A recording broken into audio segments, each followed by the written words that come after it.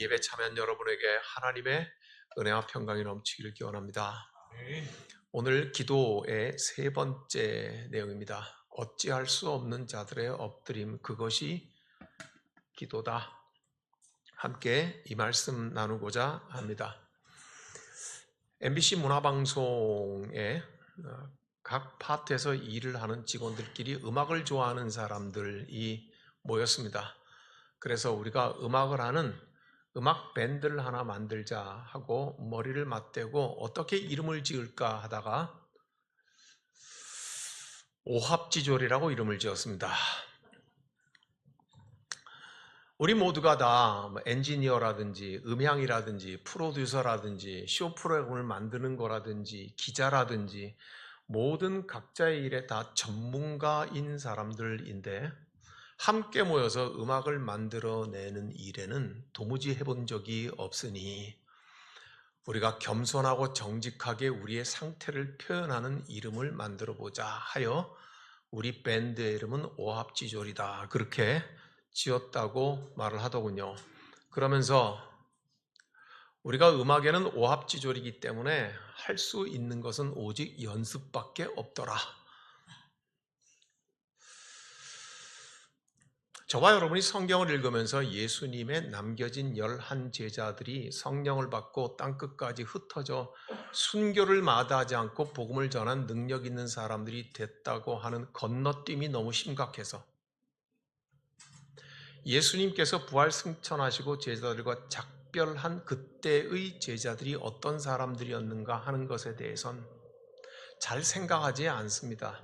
하여 오늘은 바로 그 옆구리 찌르는 것과 같은 급소를 한번 생각을 해보면 좋겠다고 생각을 합니다.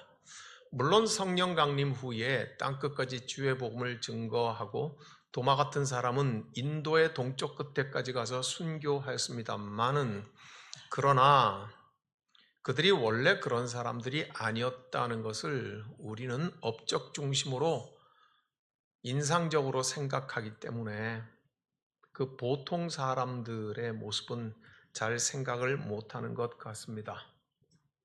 오늘 사도행전은 시작하면서 예수님께서 하늘 아버지께로 승천하시는 기록을 말을 합니다. 그리고 나서 우리가 읽은 본문의 말씀이 시작되고 있습니다.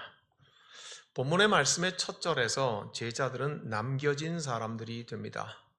좀 심하게 말하면 버려진 것 같은 상태의 외로운 사람들이 된다고 11절에 그렇게 기록하고 있습니다. 다 같이 11절을 한번 읽겠습니다. 이르되 갈릴리 사람들아 어찌하여 서서 하늘을 쳐다보느냐 너희 가운데서 하늘로 올려지신 이 예수는 하늘로 가심을 본 그대로 오시리라 하였느니라. 중요한 것은 무엇입니까? 뒷부분이 물론 중요합니다. 예수께서 재림하실 때 이대로 오실 것이라고 하는 약속을 하고 가셨습니다만은 그러나 이 남겨진 버려진 것 같은 제자들의 마음에는 그게 지금 들어오겠습니까? 아 몰라 예수님이 재림 때 그렇게 오시던지. 네? 오늘 우리가 지금 보고자 하는 것은 무엇입니까? 어찌할 수 없는 자들을 지금 보고 있는 것입니다. 11절에 갈릴리 사람들아 어찌하여 서서 하늘을 쳐다보느냐. 서서 하늘을 쳐다보는 사람들, 그들이 바로 예수의 남겨진 제자들이었습니다. 예수님은 승천하고 아니 계십니다. 제자들이 쳐다보는 하늘에는 무엇이 있겠습니까, 여러분? 비행기가 높은 곳을 날아가면은 온도차 때문에 비행 구름이 생깁니다. 뭐 그런 게 남아있는 것도 아닐 것이겠죠. 다른 번역 성경에 보니까 제자들이 서서 하늘을 빤히 쳐다보았다고 그렇게 기록하고 있습니다. 왜 빤히 쳐다보아야만 했을까요? 거기에는 무엇이 남아 있었겠습니까? 아무것도 없었을 것입니다. 아마도 푸른 가을 하늘, 구름 한 점 없는 팔레스타인의 더운 지방에 하늘만 남아 있었을 것입니다. 여러분들은 버려진 것 같을 때 어떻게 살아가십니까? 여러분들은 모든 세상의 관계 가운데서 끊어져 버렸을 때, 남겨진 자가 되었을 때, 그런 고립감이 들 때 여러분은 어떻게 살아가십니까? 제자들은 서서 하늘을 빤히 쳐다보고 있는 사람들이었습니다. 보호 종료 아동, 보호하는 것이 종료된 아동이라는 단어입니다. 부모가 없는 정부가 돌봐야 되는 고아들을 의미하는 이름입니다. 보호가 필요한 아동인데 그 돌봄이 종료, 끝이 난 아이들을 의미합니다. 고아원에서 양육되고 학교를 다니고 키웠던 사람, 그리고는 누군가가 이 아이 중에 하나를 맡아 기르겠다고 했을 때 맡겨진 위탁 가정에서 자란 아이들, 그리고 그런 아이들 몇 사람이 함께 집을 얻어서 살고 정부에서 사회복지사를 보내어서 함께 살게 해준 그룹홈, 이런 형식으로 만 8살까지 살고 이제 만 8살이 되니 우리는 성인이라고 합니다. 바로 그런 아동들, 보호 종료 아동이라고 합니다. 더 이상 보호해주는 손길도 없고 정부도 더 이상 간섭하지 않습니다. 18살이 되었으니까 아마 고등학교 졸업반일 것이고 대학 입학을 해야 되는 그 나이일 것입니다. 대학 등록금도 이제부터는 혼자 해결해야 되고 살아가는 주거의 문제도 혼자 해결하며 취업을 하는 것도 혼자 뚫어야 할 것이며 그리고 많은 관계 속에서 살아가는 사회 진입하는 문제도 혼자 해결을 해야 된다는 뜻, 그게 바로 보호 종료 아동입니다. 18살까지는 고아원에서 보호해 주다가 이제 만 18 생일이 되어서 나가야 하는데 빈손으로 보낼 수는 없으니까 500만 원에서 1000만 원까지 목돈을 쥐어줍니다. 왜 액수 차이가 나느냐 하면 지방자치단체의 형편에 따라 다르기 때문입니다. 서울 같은 경우는 1000만 원을 그 아이들에게 주고 새 출발하라고 합니다. 충청북도 같은 경우에는 700만 원을 주기도 하고 재정 자립도가 낮은 지방에서는 500만 원을 주고 18살 아이를 세상 한가운데로 떠나라고 그렇게 하는데 이 500만 원에서 1000만 원을 주는 것도 일시에 주는 것이 아니라 2년에 걸쳐서 준다. 그리고 몇 년 동안만 한 달에 40만 원의 최저 생계비 정도를 준다. 40만 원이 최저 생계비가 되는지는 모르겠습니다만 그나마도 2022년 재작년까지만 해도 35만 원씩 주었다고 합니다. 그걸 5만 원 올려서 지금은 40만 원을 주는 아이들입니다. 문제는 이제 보호 바깥으로 나왔을 적에 머시마들 남자아이들 같은 경우는 먼저 나간 선배들이 있겠죠. 그 선배들이 접촉을 해와서 이렇게 말합니다. 너 당장 갈 곳이 없잖아. 재워줄게, 먹여줄게. 그리고는 폭력배의 세계로 이끌어가고 안 좋은 범죄를 저지르는 대로 먹여주고 재워주는 대신에 이 일하라고 이끌어간다는 데 있습니다. 여자아이들 같은 경우에도 먼저 나간 여자 선배들이 있겠죠. 접촉을 해와서 몸을 파는 일을 시킨다든지 먹여주고 재워주는 대가로 이 일을 해야 된다고 하면서 아이들을 채 피워보지도 못한 아이들을 악의 구렁텅이로 인도해낼 가능성이 많다는 것입니다. 저와 여러분들 자식을 길러본 입장에 섰을 때는 이 아이들은 말 그대로 아무것도 할 것이 없는 어찌할 바 없는 인생들이 되는 셈입니다. 오늘 예수 그리스도가 하늘로 부활 승천하고 나서 남은 제자들은 빤히 하늘만 쳐다보고 있었습니다. 남겨진 자, 버려진 것 같은 자, 그토록 의지하고 그토록 마음을 두었던 그분, 주님께서는 하늘로 들리어 올라가 버리고 그 자리에는 파란 하늘만 멍하니 존재하고 있을 뿐인, 그것을 바라보고 있던 제자들, 불어 예수 그리스도께서 부활하시고 남은 제자들은 그런 상태였던 것입니다. 마치 보호종료 아동과 같았던 그런 상황이겠죠. 또 두 번째로 생각해 볼 것은, 그래서 왜 쳐다보느냐고, 주님 다시 오시면 이 모습대로 오실 거라고 하는 천사의 말이 뭐이 그리 위로가 되겠습니까? 공허한 하늘만 쳐다보고 있는 제자들에게. 어쨌든 언제까지 하늘만 쳐다보고 있을 수는 없기에 갈 길을 가야 했던 사람들입니다. 예수의 제자들은. 그렇지만 그들은 갈 곳이 없는 두려움의 사람들이었다고 12절과 13절에서 말씀하고 있습니다. 새로운 눈 시각을 가지고 12절, 13절을 함께 읽어보겠습니다. 제자들이 감람원이라 하는 산으로부터 예루살렘에 돌아오니 이 산은 예루살렘에서 가까워 안식일에 가기 알맞은 길이라. 들어가 그들이 유하는 다락방으로 올라가니 베드로, 요한, 야고보, 안드레와 빌립, 도마와 바돌로메, 마테와 및 알페오의 아들 야고보, 셀롯인 시몬, 야고보의 아들 유다가 다 거기에 있었다.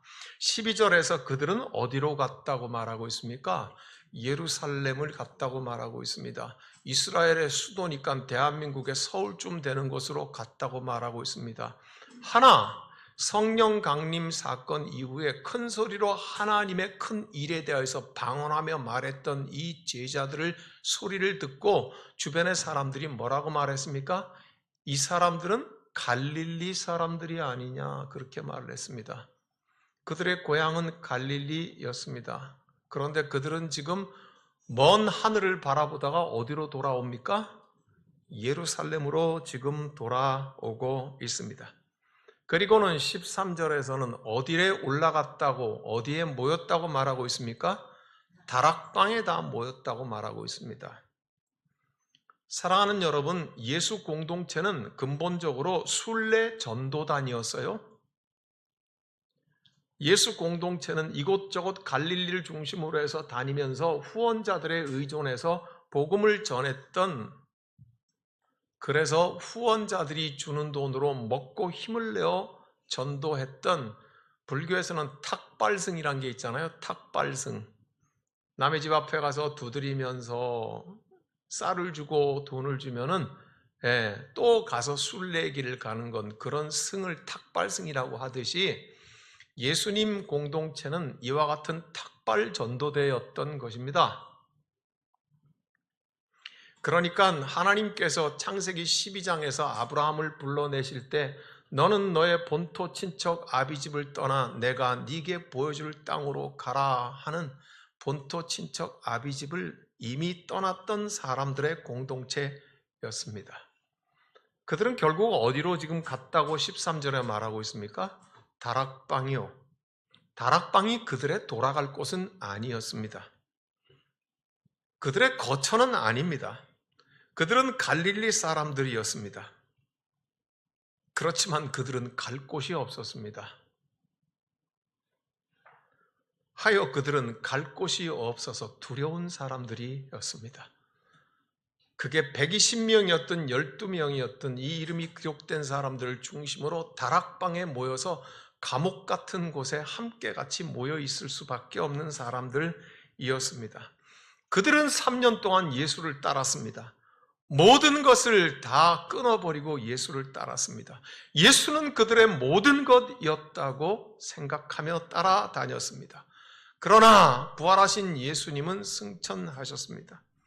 그들은 모든 것을 다 잃어버린 자들이 되었습니다. 이 박탈감을 뭐라고 표현해야 되겠습니까? 어거스틴은 말했습니다. 하나님, 당신은 우리를 당신 품에서 살도록 창조하셨기에 우리는 당신의 품에 안길 때까지는 안식이란, 평안이란 없습니다. 그렇게 말한 것처럼 저들은 갈 곳이 없는 사람들이었고 하여 두려운 사람들이었습니다. 마태복음 8장 20절에 예수님 살아계실 때 이렇게 말씀하셨습니다. 여우도 굴이 있고 공중에 새도 거처가 있대. 인자는 머리 둘 곳이 없도다. 제자들은 갈 곳이 없어 예루살렘으로 가며 다락방으로 올라가 모여 있으면서 우리 구주 예수께서 하셨던 그 말씀이 기억났을 것이며, 우리도 어느덧 우리의 스승인 예수님의 상황에 도달해서 살아가고 있다고 하는 것을 느꼈을지도 모르겠습니다. 믿었던 사람이 자기의 길을 가버렸을 때, 믿었던 사람이 돌아섰을 때 여러분은 어떻게 사십니까? 우리는 어떻게 살아야 할까요? 아직까지 믿을 수 있는 사람이 옆에 있다는 것은 감사할 일입니다만 그 사람도 영원은 아닐 것입니다. 우리가 믿고 의지하는 것이 이것저것이 있겠습니다만 그것도 우리의 진정한 갈 곳은 아닐 것일 때에, 믿었던 사람이 자기 길을 가버렸을 때, 돌아섰을 때 우리는 어떤가? 23살짜리 아리따운 처자가 있었습니다. 한 남자를 만나서 열렬히 사랑에 빠졌습니다. 그리고는 둘은 사랑하는 남편이 되기로 하고 결혼하였습니다. 그 이듬해인 1년 뒤인 24살 때에 첫 아들을 낳았습니다. 그리고 그 뒤를 이어서 딸을 둘을 더 낳아서 일남 이녀를 키우면서 듬직한 남편, 사랑하는 남편과 함께 아이들을 키우고 살았습니다. 23살에 시집왔던 그녀는 남편과 함께 23년을 살고 그 남편은 죽어 사별한 과부가 되었습니다. 46살 때 과부가 되어서 그 이후로 40년 동안을 혼자 살았습니다. 46살 때 그토록 믿었던 사람, 자기의 모든 것이었던 남편이 하나님께서 불러가셨을 때 이 여인은 어떻게 살았을까요? 그 여인의 처소는 주님의 품이었습니다. 남편이 돌아가고 나서 이 여인은 늘 교회에서 늘 기도원에서 엎드려 그렇게 살며 40년의 세월을 살다가 40년이 지나서야 죽어 남편의 40년 기다리는 묘지에 합장될 수 있었습니다. 아마도 짐작하시는 분들도 있으리라고 생각합니다. 저의 어머니의 이야기입니다. 우리 어머니를 높이고 싶어서 이 말씀을 하는 것이 아니올시다. 저도 철이 들어보니까 46살에 그토록 믿었던 자기의 전부였던 남편을 떠나보내고 나서 이 여인은 도대체 무엇을 하고 어떻게 살았을까 하는 생각이 제 마음속에 불쑥불쑥 올라오더라는 말씀입니다. 엎드려 살 수밖에 없었던 것, 교회 가서 같이 기도하는 분들과 밤을 새워 지내고 기도원에 가서 같이 밤을 새워 기도하고 때로는 바위 꼭대기에 때로는 소나무 밑에 앉아서 그 이슬 맞는 밤을 지내며 하나님 앞에 엎드려 있을 수밖에 없었을 거라고 생각합니다. 46살짜리 과부가 아이 셋을 데리고서 어떻게 살아야 했을까? 갈 곳이 없었을 것입니다. 마음 둘 곳이 없었을 것입니다. 사랑하는 여러분, 오늘 사도행전에서 보여주는 예수의 11제자 가룟 유다 빼고 말입니다. 그들은 부활 승천하신 예수 그리스도 떠나신 하늘을 멍하니 바라보던 버림받은 것 같은 사람들이었습니다.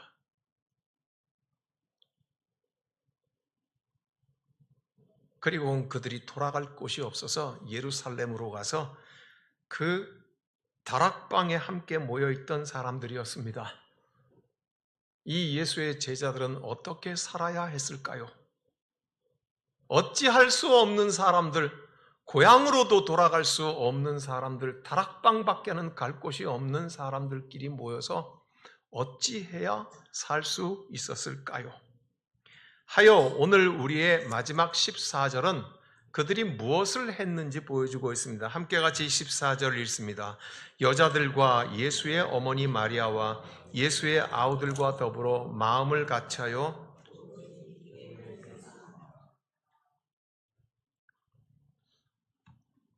어찌할 수 없는 제자들은 그 다락방에 엎드려 온전히 기도의 마음을 다했다고 기록하고 있습니다. 사랑하는 여러분, 기도의 본질이 무엇인가를 아주 선명하게 보여주고 있는 거라고 생각합니다. 어찌할 수 없는 사람들이 엎드리는 것, 그게 기도입니다.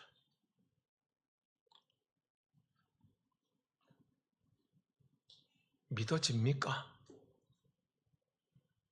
할 일이 많고 늠름한 사람들, 강한 사람들, 의지할 곳이 많은 사람들의 기도도 의미가 있겠지만 오늘 예수 그리스도를 하나님 품으로 돌려보내고 멍하게 하늘만 쳐다보고 버림받은 것 같은 제자들, 돌아갈 곳이 없는 그 사람들은 다 함께 다락방에 모여 어찌할 수 없이 엎드린 것, 그게 바로 기도라고 우리에게 말씀하고 있습니다.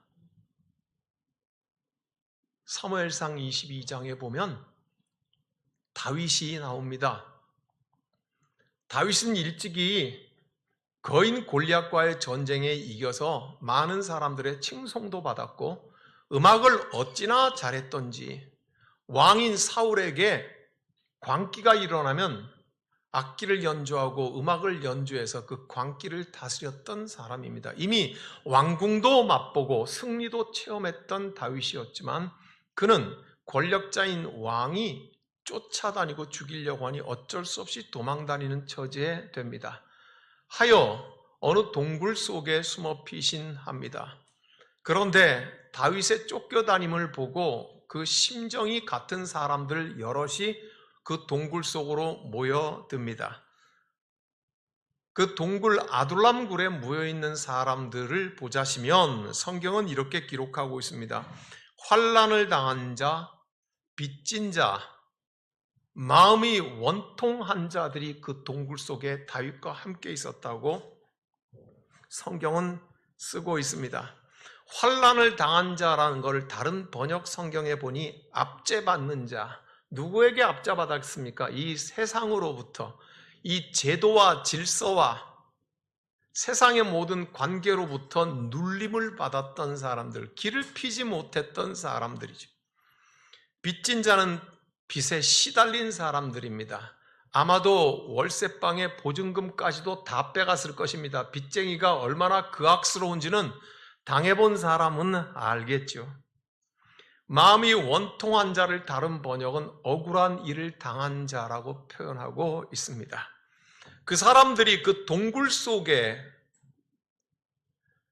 어찌할 수 없는 다윗과 함께 모여서 어찌할 수 없는 대책 없는 공동체를 이루고 있었다고 성경은 기록하고 있습니다. 조금 더 우리식으로 이해를 하자면 이렇습니다. 당시야말로 지독한 남성 중심의 사회였기에 여성과 아이들은 숫자에도 포함시키지 않았지 않았습니까? 이런 지독한 남성 중심의 마초 사회에서 남자 구실을 제대로 못하는 남자들끼리 동굴 속에 함께 모였다. 힘이 지배하는 세상에서 쭉을 못 펴고 밀려난 사람들끼리만 모여 있었다. 그러면 돈도 없고 힘도 없으면 마음이라도 좀 편안해야 되는데 억울한 일을 하도 당하다가 보니까 그 마음속에 피 흘리는 상처가 너무 지독스러워져서 상처투성이 때문에 삶의 언어조차도 잊어버린 사람들, 아이고 나 죽겠네 하는 말조차도 잊어버린 사람들, 누가 나 좀 도와주시오, 누가 나 좀 구해주시오, 누가 나를 알아주시오 조차도 할 수 없었던 사람들, 인간의 마지막 언어가 아이고 죽겠다 아닙니까? 이 악소리조차 할 수 없었던 삶의 언어를 완벽하게 잃어버린 사람들, 그런 사람들이 이 동굴 속에 모입니다. 놀랍게도 오늘 예수의 제자들을 보면은 이 아둘람 굴에 어찌할 수 없는 다윗과 함께 했던 사람들의 모습이 겹쳐져 보입니다. 사랑하는 여러분, 이렇게 오늘 예수의 제자들은 버려진 것 같고 갈 곳 없는 사람들이었습니다. 비오는 가을날에 처량하고 서글프기 짝이 없는 우리의 괜히 센치한 감정과도 비슷한 그런 제자들의 형편이었습니다. 그들은 어찌할 수 없어서 함께 주님 앞에 엎드렸습니다. 기도는 그런 것입니다. 용맹스럽게, 아주 우아하게, 아주 힘있게, 모든 기도가 다 의미가 있겠습니다만은 참으로 우리의 뼈를 쑤시게 하는 기도는 어찌할 수 없는 자가 하나님 앞에 엎드려 신음하는 것, 그것이 기도라고 하는 것을 예수의 제자들은 보여주고 있습니다. 여러분, 우리는 10월 한 달 동안에 주님 앞에 새벽 순종을 하면서 엎드리고 있습니다. 십자수 공동체 교회는 압니다. 우리가 하나님 앞에 엎드리는 것 이외에는 하늘의 문을 열 수 있는 방법이 없다는 것을 하여 우리는 어찌할 수 없는 자들이 되어서 다 함께 새벽을 깨우며 엎드리며 함께 신음하는 사람들이 되어서 무릎으로 함께 매일매일을 가고 있다 하는 것을, 오늘 1부와 2부 예배에 나오는 우리 출석하는 전체 교인의 반 이상들이 매일 새벽마다 지금 20일째 나와서 함께 엎드리고 있습니다. 저는 사람의 결심 힘이 아니라고 믿습니다. 사람의 결심은 작심삼일이란 말이 다 설명하고 있습니다. 성령께서 저와 여러분들의 속에 불을 지피시고 계시는 줄로 믿습니다. 오늘 갈 곳 없고 버림받은 것 같아서 다락방에서 함께 엎드려서 성령이 오시기를 구하고 있는 그 예수의 제자들과 같은 길을 우리가 지금 가고 있다고 믿어 의심치 않습니다. 우리는 그렇게 이 새벽을 깨워갈 것입니다. 우리와 함께 계신 성령님, 그리고 우리에게 임하실 그 성령님을 구하면서 우리는 어찌할 수 없는 자들의 엎드림으로서의 기도에 매일매일 새벽을 깨워가라고 결심하고 있습니다. 하나님께로 더 가까이 갑니다. 고통 가운데 계신 주님, 변함없는 주님의 그 신사랑, 영원히 주님만을 섬기리. 하나님께로 더 가까이, 하나님께로 더 가까이 우리 고통 가운데 계신 주님, 변함없는 주님의 그 신사랑, 영원히 주님만을 섬기리. 하나님께로 더 가까이 갑니다. 하나님께로 더 가까이 우리 고통 가운데 계신 주님, 고통 가운데 계신 주님, 변함없는 주님의 그 신사랑, 영원히 주님만을 섬기리. 기도합시다. 주님, 어찌할 수 없어서 엎드립니다. 오늘 주님 떠나신 이후에 남겨진 제자들처럼 버려진 것 같은 외로운 사람들이 되어서, 갈 곳이 없는 두려움 사람들이 되어서, 어찌할 수 없는 자가 되어서 우리는 엎드립니다. 하나님께로 더 가까이 갑니다. 우리의 고통 가운데 계신 주님, 우리의 고통 가운데 오실 성령님 기다립니다. 변함없는 주님의 크신 사랑, 영원히 주님만을 섬기며 무릎으로 걸어가게 하옵소서. 우리 주님 예수님 이름으로 기도하옵나이다. 아멘.